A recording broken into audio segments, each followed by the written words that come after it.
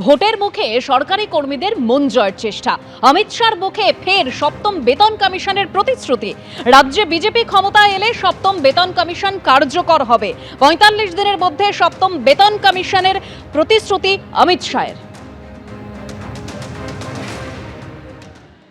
बंगाल के सारे कर्मचारियों को 45 दिन में 7वां वेतन आयोग की तनख्वाह और डीए दोनों देने का काम भारतीय जनता पार्टी करेगी।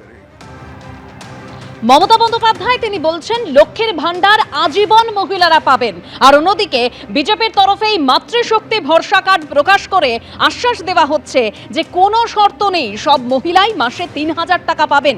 মহিলাদের মাসে ৩০০০ টাকা করে দেওয়ার প্রতিশ্রুতির কার্ড আজ প্রকাশ করলো বিজেপি। সব মহিলারাই মাসে ৩০০০ টাকা পাবেন দাবি করেছেন স্মৃতি ইরানিও।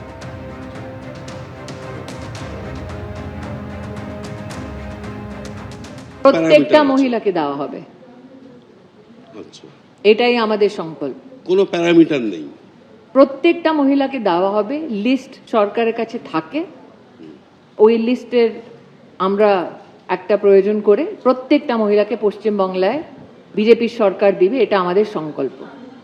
৩০০০ টাকা আর কি করছি, আমি যে বললাম প্রেগনেন্ট উইমেন, যে গর্ভবতী মহিলা, ওদের জন্য ২১,০০০ টাকার আমরা কথা বলেছি নিজের সংকল্পপত্রে।